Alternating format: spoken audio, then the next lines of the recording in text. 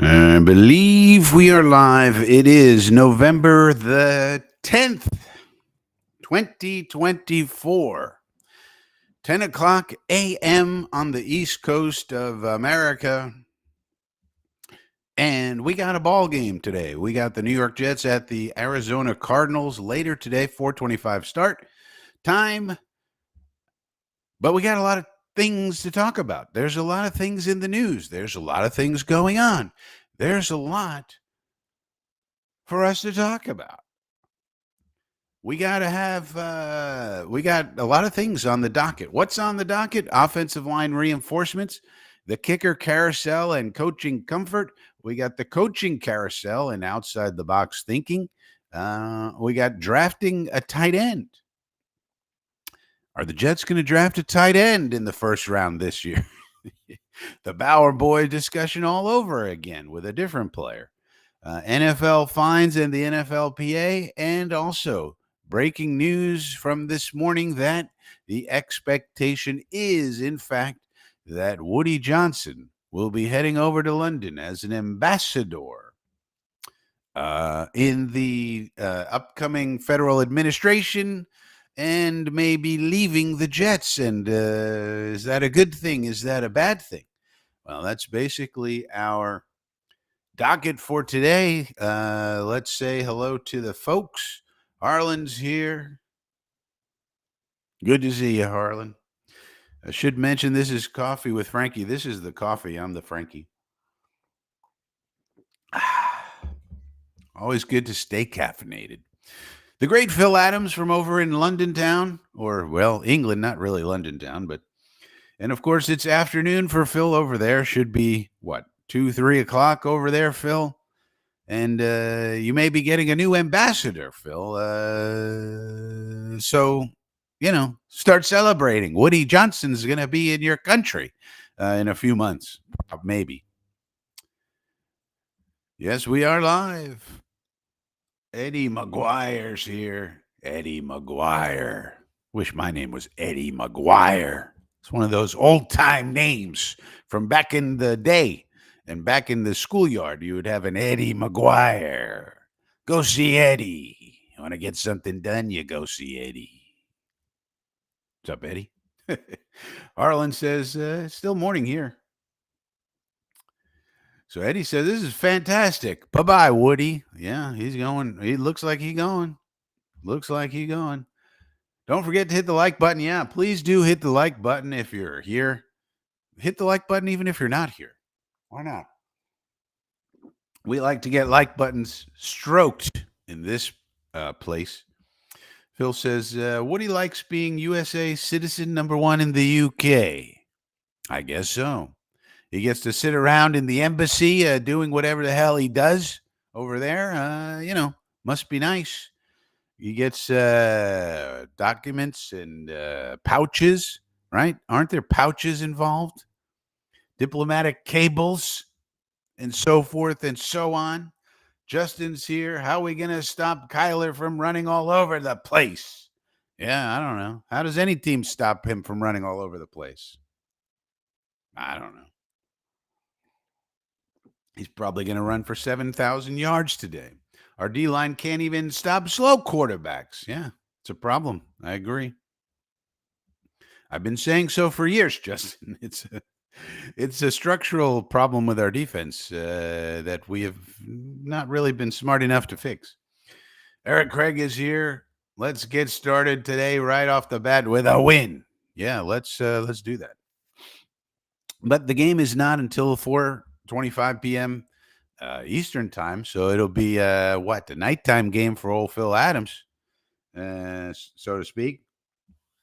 But not so bad as the night when the game started at night here, because then he has to stay up really late, right, Phil?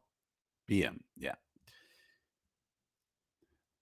Eddie says a fine day, all Jetsians to a win. Yeah. All right, so let's get to our docket. The first thing on the docket, offensive line reinforcements. Let's take a look at this. See if we can share the entire screen. Let's do screen one. Let's turn on the System audio. For one of these, I'm going to do audio, and you have to tell me if it's working. So here we see the article from John Polano, or Johnny Pulls over here. He says, for the first time since week 7, the Jets expect to have their entire starting offensive line on the field together against the Cardinals Sunday in Arizona. So it looks like we're getting Elijah back, and that's a good news. And Mr. John Simpson. Now, we won't know until later in the day. Of course, they could wind up inactive, but it looked like as of Friday, and Morgan Moses trending in the right direction. And we didn't call up any offensive linemen from the P squad, so that's encouraging. You would think we might do that if these guys were actually not going to make it. So we should have the offensive line in good shape. Now that's good news, but they haven't played together in a while, and so I think with this defense now, the Cardinals, you may or may not know, run a 3-4 defense. Game preview will be coming out a little bit later today, where I go over this in depth. But they run a 3-4. And so they like to run a lot of sim pressures, double mugging the A gap, all that kind of good stuff where they're trying to confuse you. They run stunts and games and late blitzes and all that fun stuff. So the question is, like, these guys haven't played together. How's the communication going to be? You know, are they going to be on point, ready to go? And they do have excellent blitzers. They also picked up, you may not know, Baron Browning at the trade deadline to enhance their blitzing capability. Baron Browning from the Broncos, and they already had some people that are similar to him, like Zaven Collins and Jesse Lukeda and other people of that nature. And then they picked up Browning. So they're trying to load up and maybe take that division this year, which would be exciting for them. So, Eddie Hunt says, what about the game on the Giants game? Right. You got the Giants against the Panthers. That game's going on over there in Germany. Not in the UK, but it's over in Germany. But, you know, and we got news this morning also from the commissioner that they're going to expand. They want 8 games now internationally. They might go to Ireland next year. They're looking at. They're going to go to Mexico. They're going to go all over the place. And where the hell's the NFLPA on all of this? We need more bye weeks. How about that? You want us to travel all over the world, and you can't even give us more than one bye week during the season, as one example? I don't think so. We need our bodies to heal. Can't be running all around the world playing these crazy games, and we get one bye week? I don't think so. We need more than that. Now, we did get a report earlier this week that the reason they don't have more bye weeks is basically because the TV networks objected and said, if you give more bye weeks, that means our inventory is going to be lighter, meaning the games that we get on any given week are not going to be as good. To which the NFLPA needs to say, excuse me, fuck you. Sorry. We are not going to risk our health just so you can get a little bit better ratings. And by the way, the healthier the players are, the better the games will be. You know, the news this morning is about Trevor Lawrence probably going to miss the rest of the season, for example. But the more these high-profile players are injured, the worse the games are. You want the players healthy because the people want to see the players. The high-profile, excellent players, not just the third stringers and the fourth stringers and the practice squad people. We want to see the people. When you have all these teams getting these, rash of injuries and all their first stringers are out, that's what leads to bad games. The injuries, not the bye weeks. So NFLPA needs to grow a backbone and stand up to this nonsense and negotiate it into the CBA. All right, so that's what's going on with our offensive line today. That's story number 1. Can you hear the bell or no? We got this bell over here. Sometimes we can hear it, sometimes we can't. Let me know if you can hear that. Yeah, exactly. That's the other thing, Eric. Like the NFLPA needs to really dig their heels in, grow a backbone, and figure this out. And we need to expand the rosters. Exactly. You want to have one day, one game injured list. Okay, fine. Put people on the injured list for one game, so that way you don't have to have this nonsense where five people are inactive. Well, that's the way to hide little injury, not hide, but like somebody's injured, but they're coming back next week. You don't want to put them on the IR for 4 games. Bell is loud and clear. Okay, good. Um, then just have a 1 game injury list, and you put a guy on the injury list, and now you have 60 active players, and then each team has 60 active players. That way, you could have, you could designate special teams only players, for example, so you don't have starting offensive and defensive players playing special teams because we don't have the roster spots for it. Totally agree. But the NFLPA's got to negotiate that, and that's more jobs for them, and that's something they should be working on immediately. Yeah, whatever it is, Phil, by every other week, that's a bit much. Like I would be happy with 3 or 4 bye weeks, at least 2. I mean, can we get 2 first? Uh, I would probably insist on 4 and then negotiate it down to 3 or something because they don't even want to give us 2, let alone every other week. I mean, so I think we need at least 3 would be my preference, and it just extends the season. And the healthier you keep these players, this is the thing that management and these owners don't really understand. The healthier you keep these players, the better the games are and the better your ratings will be. Eddie says they should get rid of the Thursday games each week. Well, the way they should do it is if you play a Thursday game, then you can't play Sunday, right? Like that's one of the things you build in. If you're playing on it, they're not getting rid of the Thursday game. They love that Thursday game, and so they're not getting rid of that. But if you're going to play Thursday, then one of your buys has to be the previous Sunday. That's all. So that way, nobody's playing on a short week.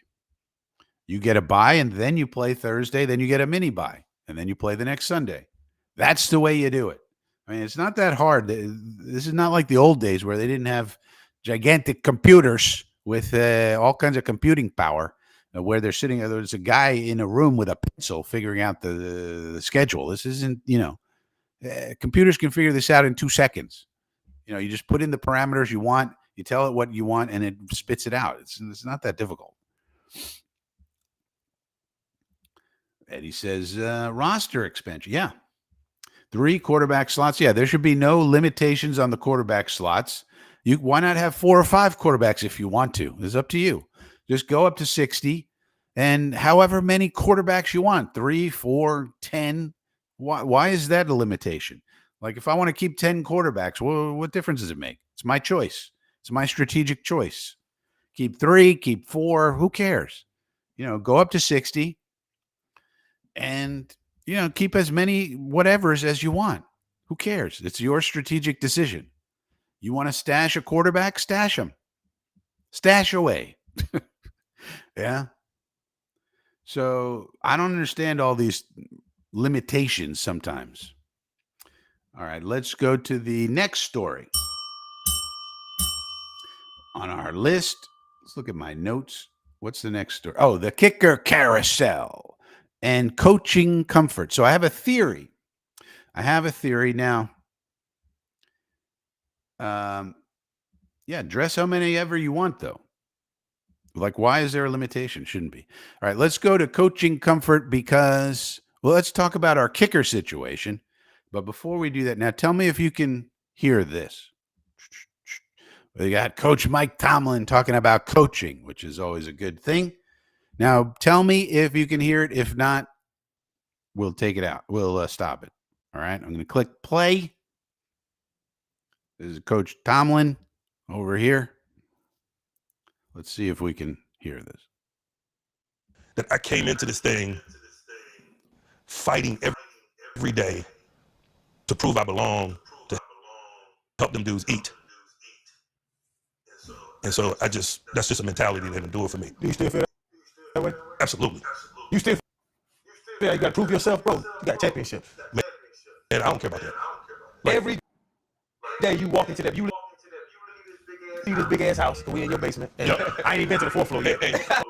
Well, you walk in, still to this day, bro. You walk in and had to, you think you had to prove yourself. I create comfort for my wife and kids. Man, I just lay my head down here until it's time to go to work the next damn day. Yeah. You know what I mean? I resist comfort. Ask my guys to resist comfort, right? Guys that play for me, they can tell you one of my sayings, I got a lot of sayings, is don't seek comfort. Seeking comfort is a natural human condition, right? We all want to be comfortable. I realize if you want special outcomes, that you got to be comfortable being uncomfortable. Okay. So obviously it's got a heck of an echo. So I don't know why that's happening, but essentially what he's saying is the title up here. You can see, don't seek comfort. He's talking about, and I clicked the little button when we, when you do share screen where it says share the audio, but I think I'm not sure why that's happening. We had the same problem last week. But anyway, the message basically is, do not seek comfort as a coach. Well, what is he talking about? Well, when you think about it, like, should you try to have like elite players on your team that don't need a lot of coaching, or should you not seek comfort and try to coach up the players who are struggling, the players who have talent but are not getting it for some reason or other? You can't. It seems to me that our coaches too often are seeking comfort rather than conflict and helping to fix or solve or help a player problem solve when they're having a problem. And instead, they say, this guy's no good, get rid of him. And then sometimes they go to other teams and they figure out how to use them. Case in point, Mekhi Becton. He went over to the Eagles and they said, oh, this guy can be a great guard. You may have to mute the microphone. Oh, this is a good point. Okay. May have to mute the microphone when you want to share audio. Well, let's try it this way.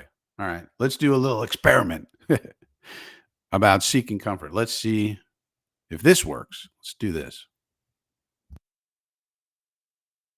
Yeah. And so I've just trained myself over the years to resist comfort. And so appreciate my resume is seeking comfort. You know what I mean? Yeah. I get my ass whipped. And I say, but my resume is such and such. I'm still a Super Bowl champ. Yeah, that's seeking comfort. Yeah. Like, those that love us most in our business, they do the best job of helping us seek comfort. Right? I come into this house, man, and I lose a home game, and my mama's sitting in the kitchen, and she talking about the refs did us wrong, blah, blah, blah. I'm like, I'll get out of here with that. I don't need that.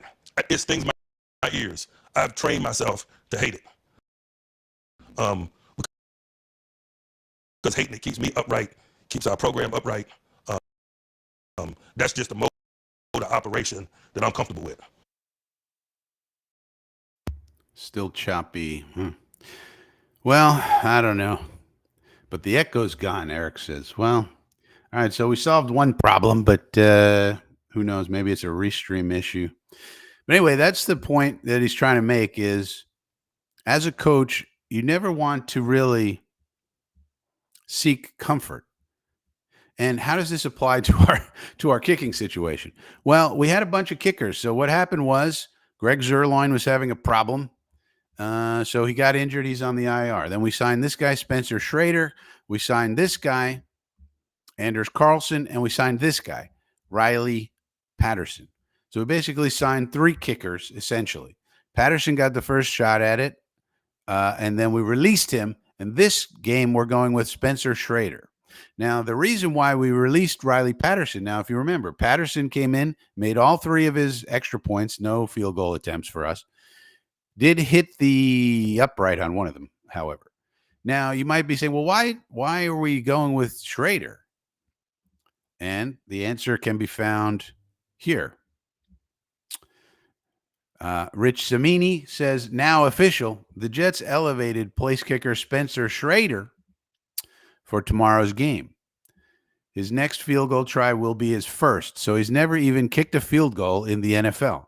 But he did kick 3 for 3 on point after attempts in one game with the Colts this year. Also, this is the key point. Also had 5 touchbacks on 5 kickoffs. That's one of the reasons why Riley Patterson was replaced. 0 for 4 on kickoffs, touchbacks last week. So he made all of his PATs, but he could not, if you remember, he couldn't get the kickoffs all the way through the end zone. So instead, we're going to go with this guy who has amazing leg talent. Here's Spencer Schrader's field goals from college. Ready? He's a career in college 69.4%. His field goals are from college 69.4% he made. Okay. Is that any good? He did make 98.7% of his PATs. Riley Patterson, on the other hand, in his NFL career is 88%, 88.1%, and 90 extra points, 95.9%. And he made 3 of 3 for us last week. And then we have Anders Carlson waiting in the wings. How's he doing? Maybe he's good. 84.2% field goals, but 86% extra points. So it seems to me that Brant Boyer is making these decisions based on, can the guy kick it out of the end zone, which to me is a coach seeking comfort. Why? Because if he can't make it through the end zone and there's going to be returns, then he has to coach up the kick return team to make a tackle. And it seems to me we just want a guy to kick it through the end zone like Zerline could do. And now the Schrader guy is going to do, they hope. But we're going from a guy who has a career 88% field goals, 95% extra points. Schrader, 69.4% in field goals, though 98.7 on point afters.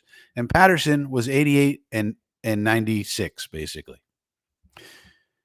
So that is extremely strange to me, that we're going to sacrifice our field goal percentage because our coach doesn't feel comfortable coaching up the kick return team. Why is that going on? Well, if you think about it, if we give up a big return, people are going to look at the special teams coach. Whereas if a guy doesn't make his field goals, you look at the kicker. You don't look at the special teams coach when a guy misses his field goals. So it seems to me that's a coach seeking comfort. That's what it seems to me.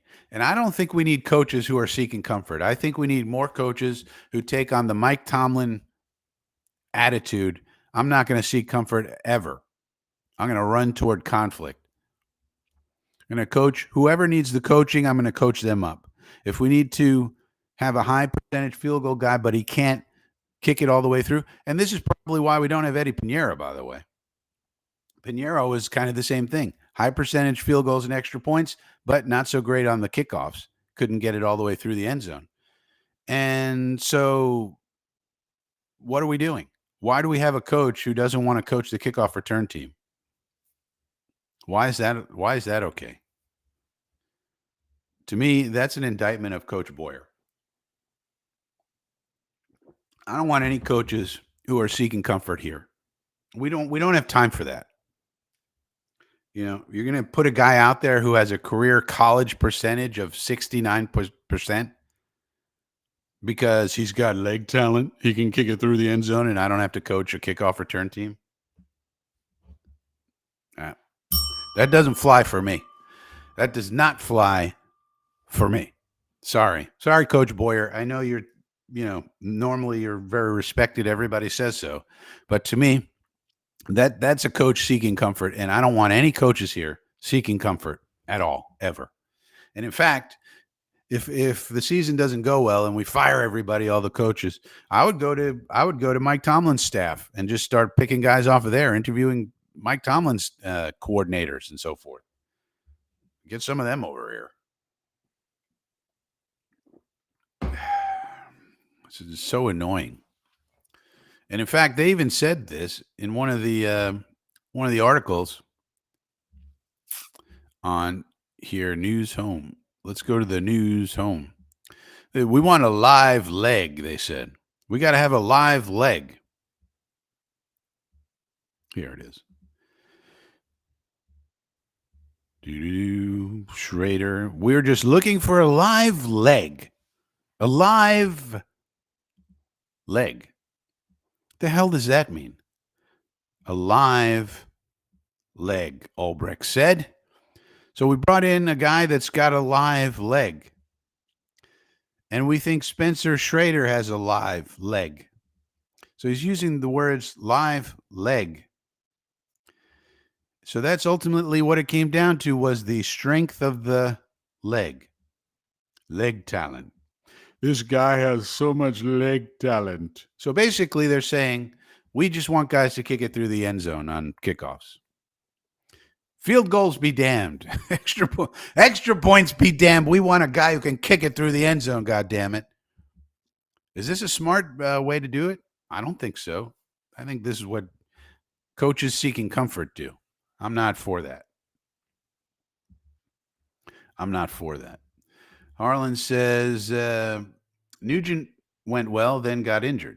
Jets drafted a good punter. Also, yeah, there's different ways to do it. Sometimes you can have the punter do the kickoffs. And that's the way it is. And by the way, here's Greg's leg must be dead then. Yeah, we want a live leg. But here's Greg Zuerlein to compare to these guys. Greg Zuerlein has an 82.2% career field goals. 82.2. Now, he had a 92 with us last year that got him his contract extension. He also had a year where he was 95% on field goals, but for the most part, he's kind of in the 80s. He's got years where he's in the 70s. This year, he's at 60, and his career point after, though, is 95.6 at least, PATs, and a lot of touchbacks. So I don't know. It just seems like we're going for these leg talent guys instead of who's the guy who's going to make the most field goals and extra points. And I'm not for that. So there you go. I think we're making bad decisions in the kicking game. All right, next up on the docket, what do we got here? Coaching carousel and outside the box thinking. What does this mean? Okay. Now this story comes from no, that's the wrong one. Huh. All right. Comes from SI, but let me just see this here. We got an article called, I see. Preview of the next one. Now we got this right here. There we go. NFL Insider makes shocking case. Shocking case. This current head coach would make sense for the Jets. So what are they talking about? We got Matt Higgins over here. Looks like what he looks like. NFL Insider makes shocking case. So what's the case? Here's Aaron Rodgers. It's not the season the New York Jets envisioned. With a healthy Aaron Rodgers heading into 2024, the Jets were hopeful to be Super Bowl contenders. They are anything but, he says. They're currently 3-6 as they head into their Week 10 matchup against the Arizona Cardinals. And because of their struggles, Woody Johnson got all up into his emotions and fired Robert Saleh after his loss to the Vikings. More information about this. So they're saying this is what we could do. The Athletics' Jeff Howe suggested a shocking name that the Jets might pursue: the Dallas Cowboy head coach Mike McCarthy. Now, why would that happen? Well, the Cowboys are probably going to fire this guy, I would say, after the season, and probably going to hire, I think, in my opinion, Bill Belichick. Billy Belly. I think Bill Belly goes to the Cowboys, and I think Nick Saban is his defensive coordinator. One last ride for those two. And McCarthy will be out on the street. Now, should we pursue Mike McCarthy? After all, McCarthy was Aaron Rodgers' former head coach at the Green Bay Packers. And the pair won a Super Bowl together, if you remember, back in the day. And so it might make some sense, because I think Rodgers and Devontae Adams are coming back next year for us, like it or not. And then you go and get his head coach. Now, they could also probably, stick it out with most of this coaching staff. You probably don't even have to get rid of almost all the coaching staff. And I'll explain why that is. Then Howe wrote, the Jets should sell out for Ben Johnson, but we're not getting Ben Johnson. But he's been highly selective, and he will be highly selective, other reporting. He's not going to take this job, Ben Johnson. Neither will Mike Vrabel. So you got to get a guy who is not going to be the hottest name in the world. McCarthy has some success. He's had success with Rodgers. Rodgers would love him. Rodgers is going to be here. So it makes sense. Now, if you look at Mike McCarthy, what he's all about. Now, he's a Pittsburgh guy. You may not know that, but that accent he has, that's a Pittsburgh accent. So he's a Yinzer. And in 1992, early 90s, he was on the University of Pittsburgh staff. So why does that matter? Well, there was another man on that staff. Who was that other man, you might ask? Who was his mentor? Paul Hackett. Sound familiar? Paul Hackett is the father of Nathaniel Hackett. And so there's a connection between the Hacketts and McCarthy. And so McCarthy also runs the same offense that Rodgers is used to, the same one that Hackett ran and that both Paul Hackett and Nathaniel Hackett run. And we all know Rodgers loves Nathaniel Hackett. So you don't even have to fire Nathaniel Hackett, because I think probably Mike McCarthy would want him on his staff, at least as the quarterback coach. And you probably keep Todd Downing as the offensive coordinator, and you just have Big Mike, and Big Mike would call the plays. So you change the play caller, and person primarily working with Rodgers, and you probably don't even need to fire anyone on the offensive staff unless McCarthy really wants to change out, for example, the offensive line coach. That'd be all right. But you have a connection between Aaron Rodgers, Mike McCarthy, Paul Hackett, and therefore Nathaniel Hackett. So it's not a terrible idea. Now, people are probably not going to like this idea, but we got to open our minds.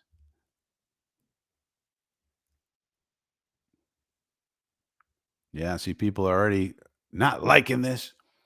Phil says, isn't Mike Mack a yesterday's man now? Maybe. McCarthy will 100% not be coaching Rodgers. They were bickering at the end. I don't think so. I mean, there was reports of that, but you wonder about that. I mean, we've seen Rodgers be prickly with everyone sometimes. Jets need, at the very least, on the coaching staff, new offensive coaches.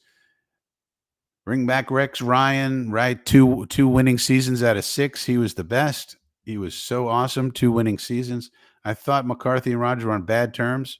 You wonder about that. So that's obviously something that would have to be looked into. You got to ask Rodgers, like, what was going on there?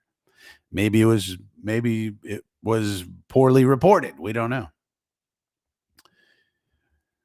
Harlan says Paul Hackett was Jets OC. Yep. Jets offense did good enough to make the playoffs then, right? And we weren't satisfied either back then with what he was doing. We thought he sucked.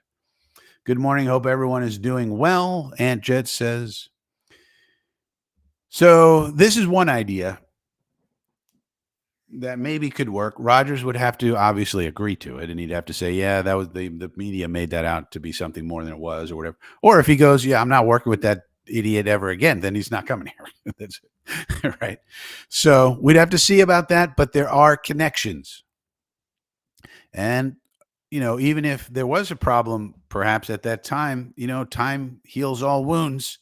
You'd have to check it. Maybe it was just who knows? You got to check in with Rodgers. If he says no way, all right, then you move on to the next guy. But we got to understand that we're probably not getting the best of the best out there. Vrabel not coming here. Ben Johnson not coming here, I don't think. So we got to be creative in our thought process. So wait till you hear about this one. I got a super creative idea. All right, so this was suggested by the press. Makes some degree of sense. They run the same, McCarthy runs the same kind of offense that we already run. He has familiarity with Nate Hackett. Probably don't need to overhaul the staff. He just comes in, becomes a play caller. If he can get along with Rodgers, then it makes a lot of sense. If not, then it doesn't make sense, obviously. So what about this? How about this for a creative idea? Now, this is a creative idea. Get it in your head. We got to think creatively. We're not just going to hire the best of the best out there. But there's a man who's related to another man, and his name is Jay Gruden. What if we hired Jay Gruden to be the head coach? And you say, who's Jay Gruden? Obviously, he's the brother of John Gruden. Has coaching experience. He was Washington Redskins head coach 2014 to 2019. Offensive coordinator all over the place, the Bengals, the Jaguars, etc. So he's an offensive guy. And he's not coaching right now. But here's the creative part. You look at Jay Gruden, and then as the head coach, and then you say, okay, we're going to also hire John Gruden to be a special assistant. And so this way you get John Gruden in the building with his brilliant mind, along with his brother Jay. Now, Jay does not have all of the baggage that John has with the NFL, with that whole thing that they looked into him and had to get rid of him. He had to resign. And then you get John Gruden in addition to Jay Gruden. You get the Gruden boys. Now, John Gruden would have to obviously drop his lawsuit and do a couple other things before the NFL would let him come back. But you say, we're just hiring him as a special assistant, whatever. He's not going to be an official coach. He's not the OC. He's not the head coach. He's just here as special assistant to the whatever title you give him. That way you get a 2-for-1. You get John Gruden, the Gruden Grinders, and you get Jay Gruden. And the reason that would appeal to John Gruden, it's his way back in. He agrees to drop his lawsuit. He agrees to make a public statement apologizing, whatever he has to do, whatever they determine PR-wise, and he gets on a staff, our staff. And it's a way to get John Gruden really in our building with his mind, his offensive mind, the way he coaches, which I think we need. He coaches with grit and toughness, the Gruden Grinders and all of that. So this is a creative thought of how do we get John Gruden basically on this staff. So that's what I think. I think we got to take a look at some of these creative things. So who knows? Now, Eddie says, what about Rex as a DC? Now, Rex as a DC, I would be all in favor of. The only problem is we would have to completely rework the roster. So Rex Ryan runs a 3-4. We run a 4-3. It's not to say it can't be done, but we would have to completely reorganize the roster to the types of players that Rex wants. Now, does Rex want to be a defensive coordinator? I watched a podcast, the Pivot podcast with him. It seems like he wants to be a head coach, although he did interview for a couple of DC jobs over the last few years. But it seems like he wants a a head coaching job. Would he take the DC job here? He might. I mean, I just definitely want to talk to him because Rex as a DC is perfectly fine for me. As a head coach, no. And as a guy who has say over the personnel, no, absolutely not. That's his downfall. But as a DC, he's perfectly fine. He's good. I'd have him as a DC on my team any day. Arlen says, no, Jay Gruden. Well, I think we should at least talk to him. John Gruden can work out a deal. Well, maybe he can, maybe we don't. I mean, he's right now he's got a lawsuit against the NFL that's proceeding in the courts. So maybe not. We don't know. It's a little tricky.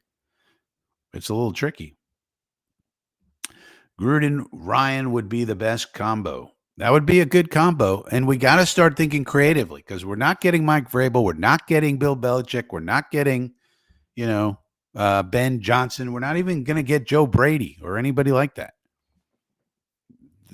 I think Woody is kind of poisoning the pool here. You got to get guys who, have a little bit of tarnish on them, who may have different motivations. Like Mike McCarthy, for example, would probably just be like, all right, this is the last stop before retirement, and maybe we can make it work with him and Rodgers.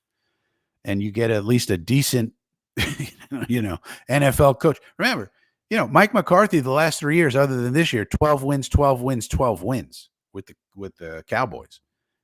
And now they fell short in the playoffs, one time embarrassingly so, in terms of the Green Bay Packers blew them out. And then the previous year, they had that crazy game at the end where the ref didn't touch the ball and time ran out and all that. But that's playoff craziness. I mean, 12 wins. It's not bad.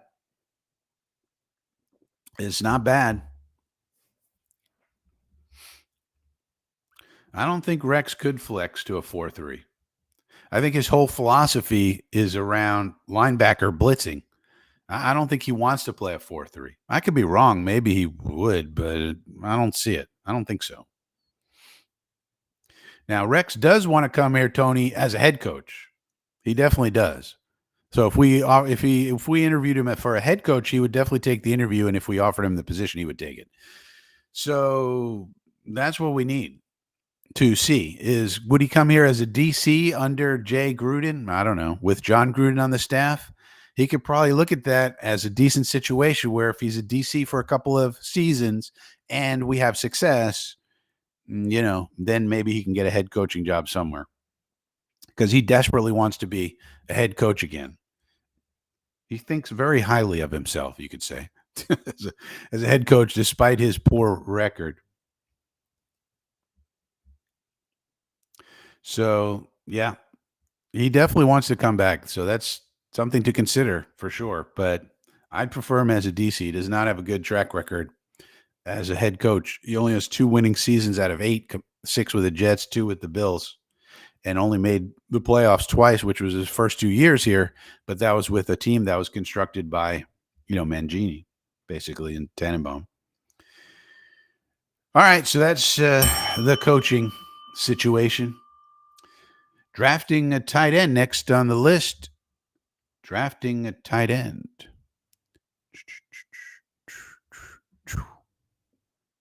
Yeah. So here's an article. New York Jets on SI. It says New York Jets add elite Penn State tight end in latest NFL mock draft. So already getting into some mock drafting. And if we lose today, we're going to get even more into that. I can tell you that much. New York Jets could look to add an elite tight end. Now, we do like Penn State guys, and this is Tyler Warren, number 44. New York Jets have 2 futures ahead of them, one with Rodgers and one without. If Rodgers does stick around, this offseason will be all about filling any holes in the roster and finding a coach that can finally win with the Jets. New York is likely planning for that to be the case, which means they can't only afford to look at quarterbacks. In the latest mock draft, the Bleacher Report scouting department had the Jets looking to bring in more weapons, with Nittany Lions tight end Tyler Warren as the number 10 overall pick. A tight end early in this draft may be surprising, they wrote, but it's entirely dependent upon New York continuing to build around Rodgers, said the writers. Warren could add a completely different dynamic as a queen-like chess piece who can be moved all over the board, which Rodgers could exploit to his advantage. And that's true as far as it goes.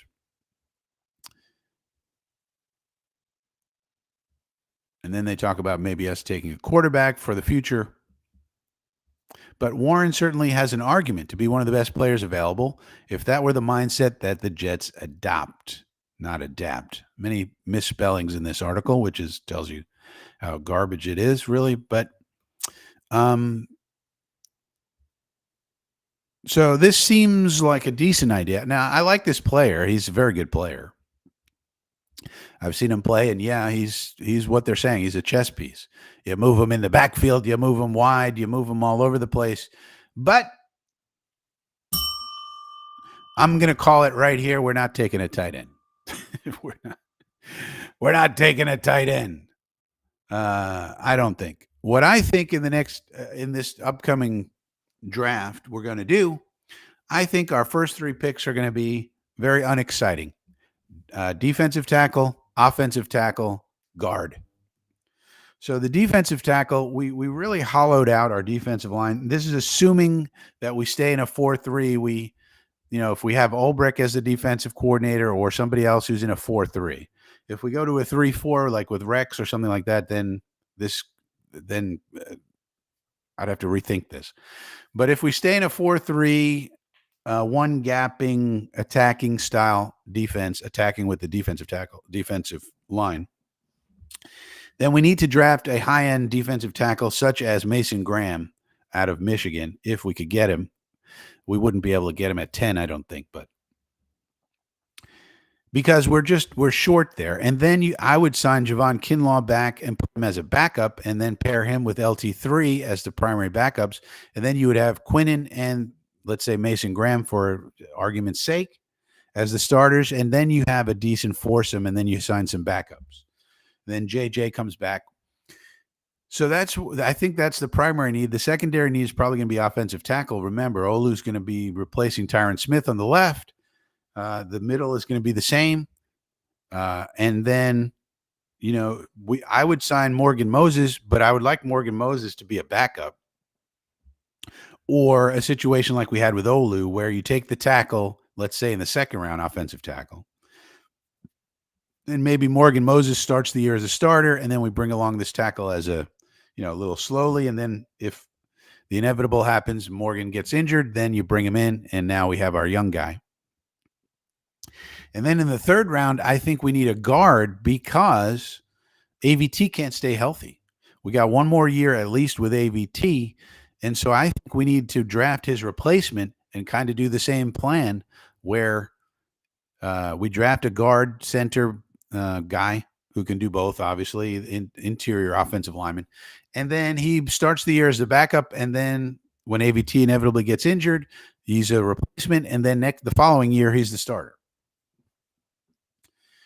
So I'm thinking that we're not going to take skill players, as they call them, in the first three rounds. I just don't see it. I think we got to bulk up the trenches. So as good of a player, this isn't a terrible idea, and I like this player, and I do think he is a chess piece. And if you want to let Tyler Conklin go, then you might have a need here for this kid. And he is dynamic. He's really good. But I just don't see it with the needs that we have. I really don't. Harlan says, I think the Jets should be looking for a quarterback. Well, I don't think we are, not early, because we're going to have Rodgers for one or two more years. And now if we don't, obviously if Rodgers retires, then it's a whole different ballgame. Harlan says, Jones just threw an interception. All right. So that's what we got for the draft. Let's look at the notes. Oh, yeah. A couple of things on these fines. So let's go back to the old bookmarks.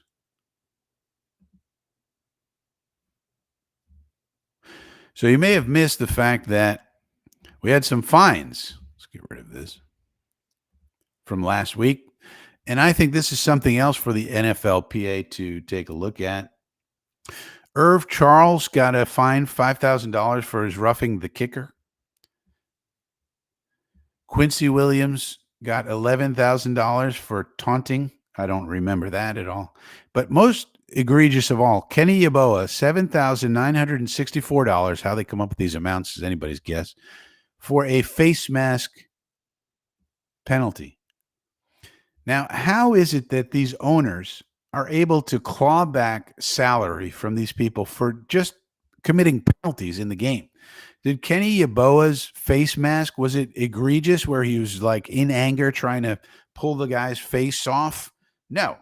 He just inadvertently hit his face mask on the special teams tackle. And it was called in the game. They got their 15 yards. It was a face mask. Do we need to fine Kenny Yeboah an additional $8,000 for that? Do we really need to fine Irv Charles $5,000 because he roughed the kicker? To me, this is a clawback of salary by the owners from the players, and I do not like it one bit. Now, there are times when they do need to have a fine. I don't remember this taunting penalty on Quincy. First of all, we shouldn't be taunting anyone. We're 3-6, but I don't really remember that. But all right, if you want to say taunting, we want to get these tauntings out of the game. All right, fine. But these two are penalties that just happened in the game. Nobody was trying to injure anyone. Nobody was doing anything malicious or anything. They're just penalties. They got called. The team suffered the consequences of the penalties. But on top of that, we're going to fine them. So what I think the NFL should do, they should negotiate to where the NFL administers this. You cannot give so much authority to the commissioner, who's basically the owner's bulldog, to just hand out fines to people.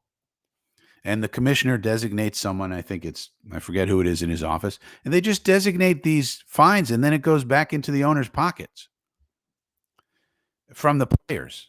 I think it's really the owners going, man, we pay these players a lot of money. How can we get some of it back? Oh, I know. Let's fine them for committing penalties during the game. It's ridiculous. Totally ridiculous. So I think the NFLPA needs to say, no more of that. We will take that on.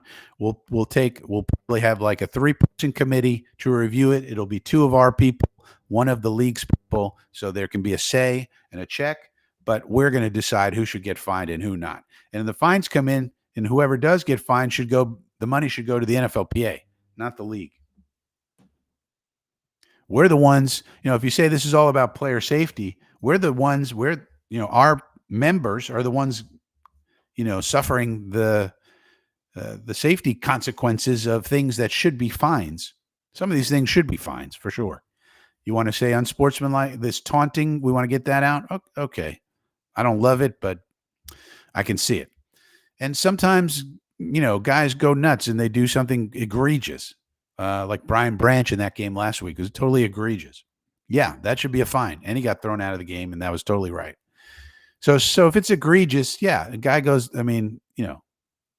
that's totally fine. But the money should go back to the union, not to the owners.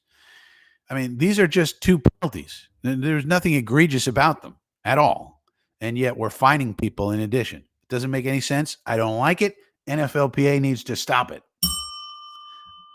Get a backbone, players union. Need you to stop this nonsense.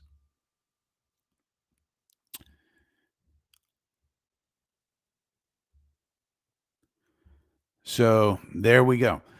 All right. So other than that, let's look at the notes. Yeah, other than that, we could just do, where's the chat? Okay.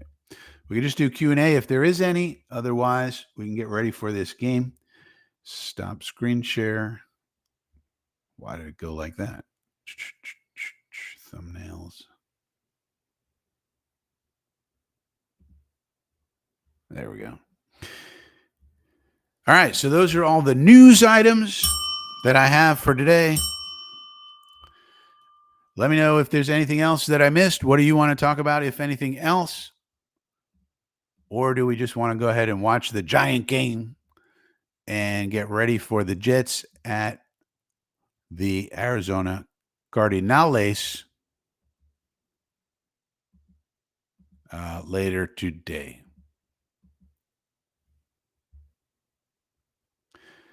Tony says, this draft class is pretty weak at quarterback. Yeah, and some of them may stay in school, like Nussmeier and LSU. He's probably, if he's smart, I think he'll stay in school. Then you got Shador Sanders, you got Cam Ward. I mean, Cam Ward is an interesting guy. Every time you watch him, he puts up monster numbers, but every time I watch him, it's like, I'm not sure if that's going to fly in the NFL the way he plays. Phil Adams, should JD go soon as if? Well, that's going to be decision number one, right? Woody and Christopher are going to have to make a decision about Joe Douglas very soon because,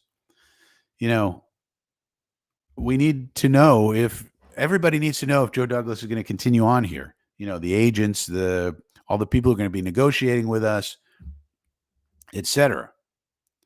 And so that's decision number one. Are we going to extend Joe or are we going to get rid of him?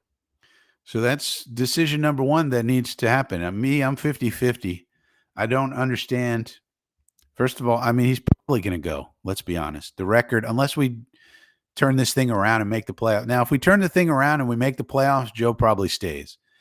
But it's kind of hard if we continue to free fall and have another losing season. I mean, he's been here 6 years. We haven't had a winning season.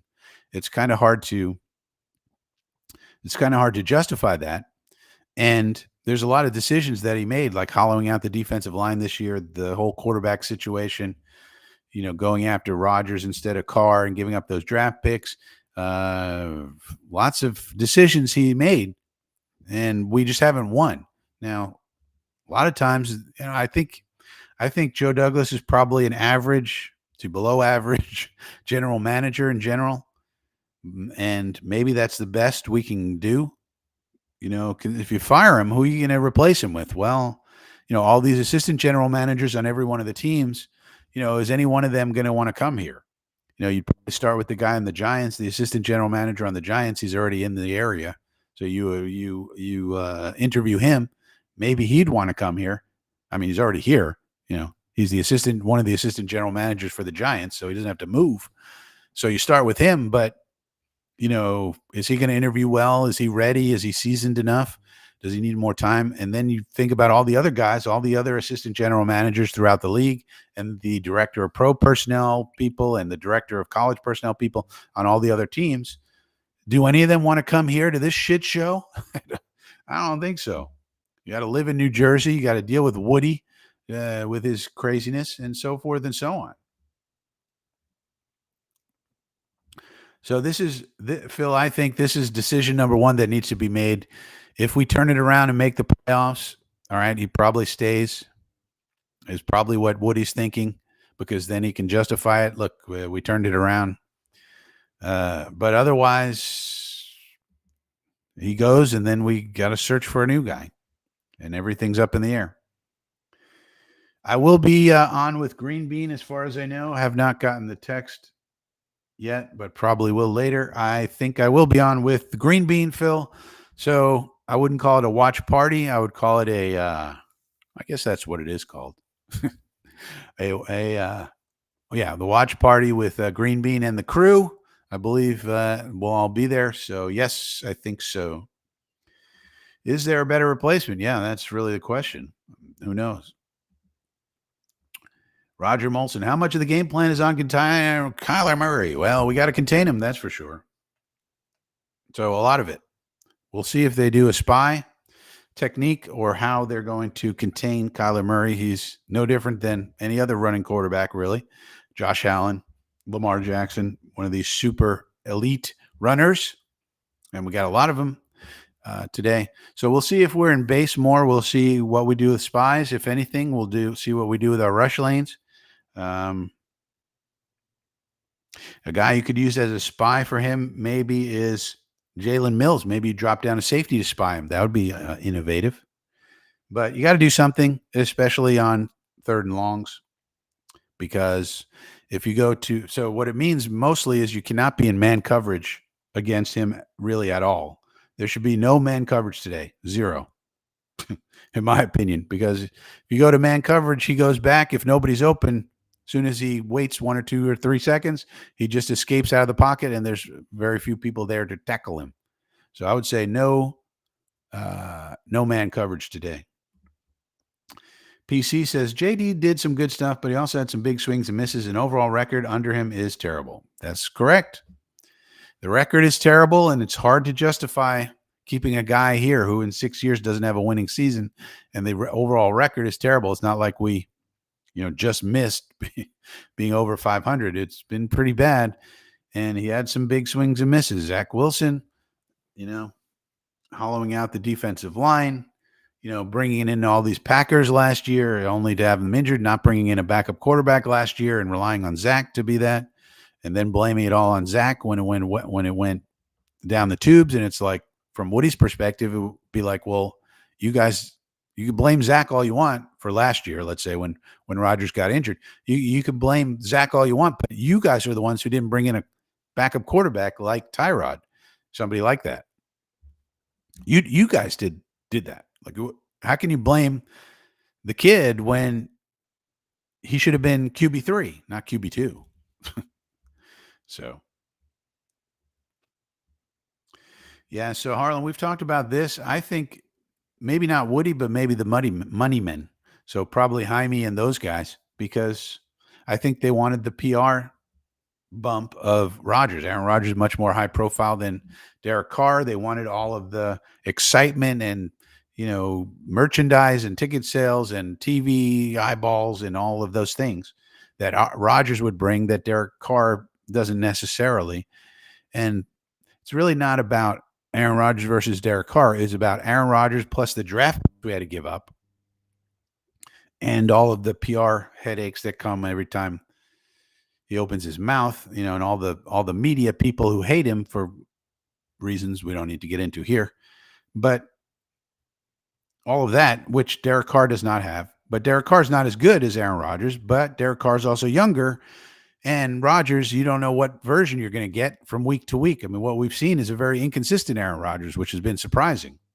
Even in his accuracy, he's having one of his worst accuracy seasons of his whole career. Is that going to continue? Is that because of whatever? We don't know. But, there was a risk there that he's falling off the cliff risk. Then you have the injury risk. Then you have the PR risk. So that, to me, that's a lot of risk when you could just sign Derek Carr for money, not give up the draft picks, not have to sign all these Packers, basically fortify your roster better because you don't have to sign a Billy Turner and a Malik Turner and Malik, whatever his name was, and, Lazard and all the Packers we signed.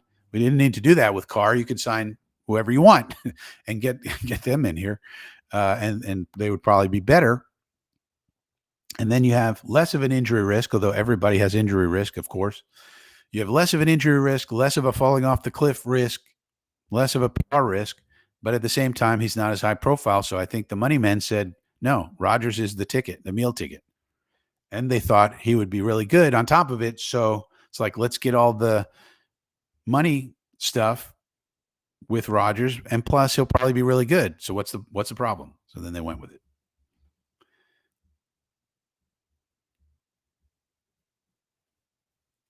So there you go. No run defense, no win. Yeah, so that's something to watch today for sure, because they also have in addition to Kyler, they also have a very good running game, and they have 3 running backs who are very good. So we got to see if we're able to stop them. So far this year, it's been our Achilles heel, and we've been very, very bad against the run. Indy Jet says, what's your score prediction? I'm going to predict a win. I say the Jets pull it out somehow 31-28. I think the offense is going to be able to move the ball. I think they're going to move the ball on us. So it'll be kind of a back and forth with the offense is moving the ball. So kind of exciting that way, but frustrating from our defensive standpoint. I do think they're going to run on us. Their runners are James Conner, De Mercado. They have a guy, De Mercado. He's very fast. And then they have the rookie Trey Benson. So a lot of people liked him coming out of the draft. So they have 3 excellent running backs. And I think they're just going to slam it up the middle like every team has against this defense because it's a structural problem. So I think we're going to get frustrated with that. And then when the passing game breaks down, of course, Kyler can run around and he's tough to contain. So I think they're going to be able to move the ball and score on us. But I think we'll be able to move the ball and score on them. And I think in the end, we pull it out miraculously 31-28. That's my prediction, though predictions are not, I don't put a very high value on score predictions, to be honest with you, Indy. I really don't. But that's my prediction anyway. You asked me for it. That's what it is. All right, so that'll do it for today. It's 11:06. Enjoy the Giants-Panthers game, and then enjoy the New York Jets at 4:25 p.m. I'll see you over on the Green Bean channel.